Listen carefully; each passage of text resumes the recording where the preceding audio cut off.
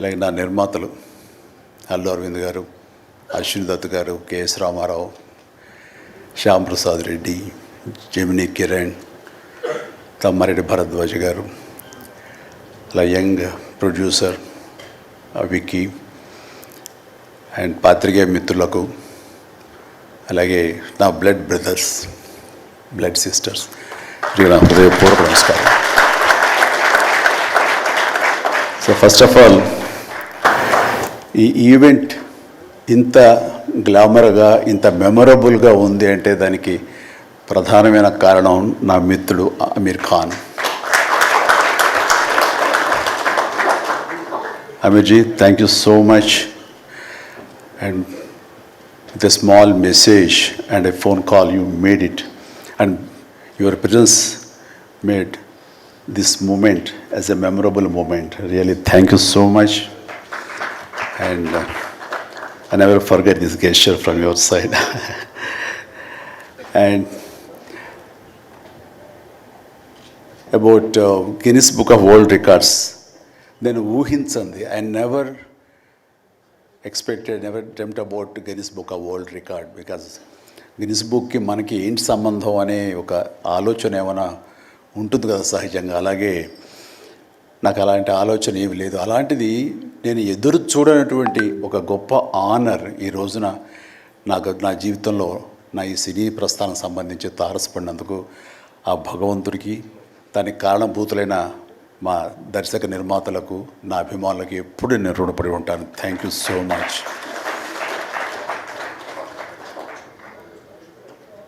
నాకు డ్యాన్సెస్ మీద, బహుశా నటన కంటే కూడా ముందు నుంచి కూడా డ్యాన్సెస్ మీద నాకున్నటువంటి ఇంట్రెస్ట్ ఈ రోజున ఈ అవార్డు వచ్చేలా చేసిందా అని నాకు అనిపిస్తుంటుంది. ఎందుకంటే ముందు నటనకి శ్రీకారం చుట్టే కంటే, ఓనమాలు దిద్దుకునే దానికంటే నేను ఫస్ట్ డ్యాన్స్కి నేను ఓనమాలు దిద్దానేమో అనిపిస్తుంటుంది. నా చిన్నప్పుడు మా చుట్టూ ఉండే వాళ్ళని ఎంటర్టైన్ చేయడం కోసంగా ఈవినింగ్ అయ్యేసరికి అప్పట్లో ఉండే వివిధ భారతి కానీ, లేకపోతే శ్రీలంక సిలోన్, రేడియో సిలోన్ కానీ, వీటిల్లో వచ్చే కొన్ని తెలుగు పాటలకి అదే మా source of inspiration. I mean recording songs అవి రావడానికి. అప్పట్లో గ్రామ్ ఫోన్లు కానీ, టేప్ రికార్డులు కానీ ఇవన్నీ కూడా ఉండే పరిస్థితి కాదు ఆర్థికంగా. అలాంటి వారానికి ఒకసారి రేడియోలో ఎప్పుడు పాటలు వస్తాయా అని అందరూ ఎదురు చూసేవాళ్ళు. రాగానే శంకర్బాబుని పిలవండి, డ్యాన్స్ వేస్తాడు, మనల్ని అలరిస్తాడు అని వాళ్ళందరూ ఉత్సాహంగా ఉంటే, వాళ్ళ ఉత్సాహానికి నేను మరింత ప్రోత్సాహంగా తీసుకుని దాన్ని డ్యాన్స్లు వేస్తుండేవాడిని. అట్లాగా అవి డ్యాన్సులు అంటారా, బాడీ కదలిక అంటారా ఏమో తెలియదు, ఒక ఎనర్జీగా అవి ప్రజెంట్ చేయటం అనేది ఒక్కడే తెలుసు నాకు. 7th class, 6th class, 8th class ఆ ప్రాంతంలో. ఆ తర్వాత ఎన్సీసీలో చేరిన తర్వాత ఈవినింగ్ క్యాంప్ ఫైర్ టైంలో అందరూ ఎర్లీగా భోజనాలు కానిచ్చిన తర్వాత తిన్న 70 ప్లేట్లు మన అల్యూమినియం ప్లేట్స్, వాటిని తిరగేసి దరువులుగా, డప్పులుగా వాయించుకుంటూ అప్పుడు కూడా డ్యాన్స్ చేస్తూ అందరిని ఎంటర్టైన్ చేస్తూ ఉండేవాడు. ఆ రకంగా డ్యాన్స్ అనేది నాకు ఇష్టమైనటువంటి ఒక నా అంతర్భాగం అయిపోయింది. అలాగా డ్యాన్స్లు నేను వేరుగా ఎప్పుడు చూడను, ఎప్పుడు హుషారు ఉన్న అసలు అందుకంటే ముందు లేచిపోయి డ్యాన్సెస్ వేయటం అనేది మ్యూజిక్ అనుగుణంగా బాడీని మార్చుకోవడం జరిగింది. అంటే ఫస్ట్ పిక్చరు నేను వెళ్ళినప్పుడు అక్కడ సరదాగా నా రూమ్లో నేను డ్యాన్స్ చేస్తుంటే నా కోస్టార్స్ ఆర్టిస్ట్ వాడు చిరంజీవి డ్యాన్స్ వేస్తాడు అని అంటే అవునా అని వాళ్ళందరూ చేయాలంటే అందులో సావిత్రి గారు ఉండేవారు, రోజారామణి, కవిత, ఇలాంటి యాక్టర్లు అందరూ ఉండేవాళ్ళు, నరసింహరాజు ఇలాంటి వాళ్ళందరూ ఉన్నప్పుడు వర్షం పడుతుంది. ఒక పంచలో డ్యాన్స్ చేయాల్సి వచ్చింది. అది ఈస్ట్ గోదావరి రాజమండ్రి దగ్గర ఒక పల్లెటూళ్ళలో.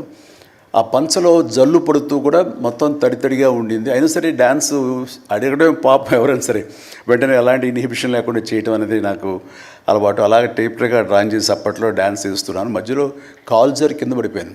పడితే అది కింద పడిన తర్వాత ఆపకుండా వాళ్ళందరూ అయ్యో అన్నారు. అయినా సరే దాన్ని నాగిని డ్యాన్స్గా మార్చేసుకొని చేస్తే ఎక్కడ లేని అప్పలాస్ వచ్చేస్తుంది. సో అక్కడ చూసేటంటే ఒక కో డైరెక్టరు రాఘవేంద్రరావు గారు, సారీ మన క్రాంతి కుమార్ గారికి చెప్పడం, ప్రాణం ఖరీదులు వాళ్ళు బుక్ చేసినప్పుడు, అబ్బాయి భలే డ్యాన్స్ వేస్తాడు, భలే ఉంటే డ్యాన్స్ అని అవునంటూ నా క్యారెక్టర్కి అంతకుముందు ఎప్పుడూ ఒక డ్యాన్స్ అనేది ఊహించుకోలేదు, సాంగ్ డ్యూయట్ సాంగ్ అని ఊహించుకొని వాళ్ళు ఒక ఎందుకు పెట్టకూడదు సాంగ్ అని చెప్పి నాకు ఆ సాంగ్ సిచ్యువేషన్ క్రియేట్ చేసి ఏలియల్లో ఎందాక అనే ఒక సాంగ్. అండ్ ఆ సాంగ్ నేను వేస్తే దాన్ని స్టెప్స్ అది వేసుకుని ఫస్ట్ టైం ఒక యాక్టర్గా నేను స్క్రీన్ మీద డ్యాన్స్ చేస్తూ కనిపించింది అది. దానికంటే ముందు మన ప్రాణం ఖరీదు పునాది రాళ్ళలో కూడా అలాగే ఫ్రెండ్స్ మధ్య డ్యాన్స్ వేస్తూ నేనే సెంటర్ ఆఫ్ అట్రాక్షన్గా ఉంటూ చేశాను. అలాగా నా డ్యాన్స్ స్కిల్ అన్నది ఎక్స్ట్రాగా నాకు ఒక బెనిఫిట్ అయ్యింది, నాకు ఎక్స్ట్రాగా అది ఉపయోగపడింది. తర్వాత అరవింద్ గారికి, జయకృష్ణ ఇలాంటి వాళ్ళందరికీ కూడా తెలుసు. అండ్ లింగమూర్తి గారే ఉండేవారు. ఆయన డిస్ట్రిబ్యూషన్కి చీఫ్. అప్పట్లో ఆయన రాగానే ఆయన ఏ ప్రొడ్యూసర్స్ని పిలుస్తారు, ఎవరి కథ ఓకే అంటారు, ఎవరికి డబ్బులు శాంక్షన్ చేస్తారని డిస్ట్రిబ్యూటర్స్ మీద ఆధారపడే రోజులు నిర్మాతలు. అలాంటి సమయంలో వేరు నాకంటే సీనియర్ హీరోస్, పెద్ద హీరోస్ ఎవరితోటో కథలు అనుకుంటుండగా, చిరంజీవి అని అతను కొత్తగా వస్తాడుగా, అతనితో పెట్టి చేస్తే మీకు ఇంత డబ్బుగా ఇస్తాను, లేదంటే మామూలు అయితే కనుక దాన్ని లిమిటెడ్గా ఇంతే ఇస్తాను అనేసరికి డబ్బు ఎక్కువ ఇస్తానంటున్నారు అంటూ ఆయన లింగమూర్తి గారు నన్ను రికమెండ్ చేసేసరికి నా వైపే అందరూ కలిసి ఇతనే పెట్టుకుందాం అనేవాళ్ళు. అతను ఏంటంటే ప్రజానాడి, ఆడియన్స్ ఏమనుకుంటున్నారు, ఆడియన్స్ ఇతను సాంగ్స్ కోసంగా పదే సినిమాలకు వస్తున్నారు, ఇలాంటి వాడితో సినిమాలు తీస్తే మనకి 4 డబ్బులు వస్తాయి కదా, కమర్షియల్గా వైబుల్గా ఉంటుందని ఉద్దేశంతో ఆయన ఆ రకంగా అప్పట్లో నా ప్రొడ్యూసర్తో అనడం, అండ్ వాళ్ళు కూడా నన్ను ఆప్ట్ చేయటం నాకు ఆ రకంగా డ్యాన్సెస్ అనేది ఒక ఎడ్జిని తీసుకొచ్చింది. ఆ తర్వాత నా నిర్మాతలు కానీ, నా ప్రొడ్యూసర్స్ కానీ, నా మ్యూజిక్ డైరెక్టర్స్ కానీ, నా కోరియోగ్రాఫర్స్ కానీ వీళ్ళు నా సాంగ్స్ అనేసరికి ప్రత్యేకమైన శ్రద్ధ పెట్టేవాళ్ళు. అంటే మ్యూజిక్ పరంగా కానీ, బీజిఎమ్స్ పరంగా కానీ ఆ సాంగ్స్ అనేవి ఖచ్చితంగా ఉండాలని. దత్తు గారితో నాకు ఎప్పుడు దెబ్బలాటే. ఎందుకంటే 6 సాంగ్స్ ఉండాలేమో బాస్ మనకు అనేవారైనా, లేదు 5 చాలండి, 6వ సాంగ్ ఎప్పుడు కథకి గొడవ అడ్డుపడిపోతుందంటే, లేదు బాస్ అది మీరు అనకండి, ఏ హీరో అయితే ఏమో కానీ మీరైతే మొత్తం 6 సాంగ్స్ ఉండాలి బాస్ అని ఆయన అంటాం. సో 6వ సాంగ్ని ఏదో రకంగా ఒప్పించడం. అలాగే అల్లు అరవింద్ గారు లాస్ట్కి వచ్చేసరికి అత్తగేముడు అమ్మాయికి 3 సాంగే సిచ్యువేషన్ లేదు అక్కడ. అలాంటి చోట ఒక డబ్బు మీద ఒక సాంగ్ను ఆయన క్రియేట్ చేసుకుని అప్పుడు డైరెక్టర్ గారితో కోదండరామరెడ్డి గారు వీళ్ళందరూ కలిపి అనుకుని అత్తగేముడు అమ్మాయికి మొగుల్లో ఒక సాంగ్ను బలవంతంగా పెట్టాడు అక్కడ. ఆ టైంకి అది బలవంతంగానే ఉంటుంది, కథ డిస్టర్బెన్స్ ఉంటుంది, కానీ సాంగ్స్ ఒక ఎడ్జి తీసుకుంటాయి. సాంగ్స్కి స్పెషల్ ఆడియన్స్ ఉన్నారు. ఆ ఆడియన్స్ సాంగ్స్ మళ్ళీ రిపీట్ చేసేవాళ్ళు. అప్పట్లో ప్రొజెక్టర్ ఆఫ్ చేసి మళ్ళీ రీప్లే చేసేవాళ్ళు. ఆ రకంగా సాంగ్స్ యొక్క ప్రత్యేకత నా జీవితంలో, నా సినీ కెరీర్లో, నా యొక్క విజయ పరంపరలు అది ఒక అంతర్భాగం అయిపోయింది. ఆ రకంగా సాంగ్స్ అనేది ఏదో సరదాగా హాబీగా చిన్నప్పుడు మొదలుపెట్టింది. అది ఈ రోజు వరకు నాకు విపరీతమైన ఫ్యాన్స్ని తీసుకొచ్చి డ్యాన్సెస్ అంటే చిరంజీవి చేయాలి అన్నంత పేరు తీసుకొచ్చి నాకు ఈ రోజు ఇదిగో ఈ Guinness book of world records నాకు తీసుకొచ్చేలాగా చేసింది.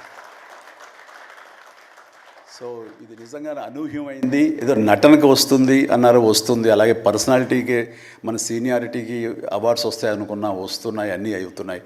ఇంక ఎందుకు వస్తాయి, ఏమన్నా వస్తాయి అనుకుంటే కనుక ఈ రూపంలో వచ్చింది. ఈ రకంగా నన్ను వరిస్తుంది అనుకోలే. అది కాకుండా Guinness book of world records అన్నది. So first of all thank you so much mister Richard. You have come all the way to give me this honour in the name of prolific dancer, actor of Indian screen. Thank you so much. Thank you.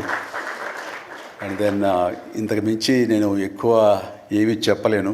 But నా యొక్క ఈ విజయ పరంపరలో నేను కొనసాగడానికి నాకు ముందు నుంచి దోహదపడుతున్న నా నిర్మాతలకి, నా తోటి నటీనటులకు, నా టెక్నీషియన్స్కి, నా డైరెక్టర్స్కి, ప్రతి ఒక్కరికి హృదయపూర్వక ధన్యవాదాలు మరొకసారి తెలియజేసుకుంటూ ప్రతి ఒక్కరికి నా అభినందనలు సెలవు తీసుకుంటాను. జై హింద్. Thank you sir. మీరు ఇంతకు మించి ఏమీ చెప్పరన్నారు, కానీ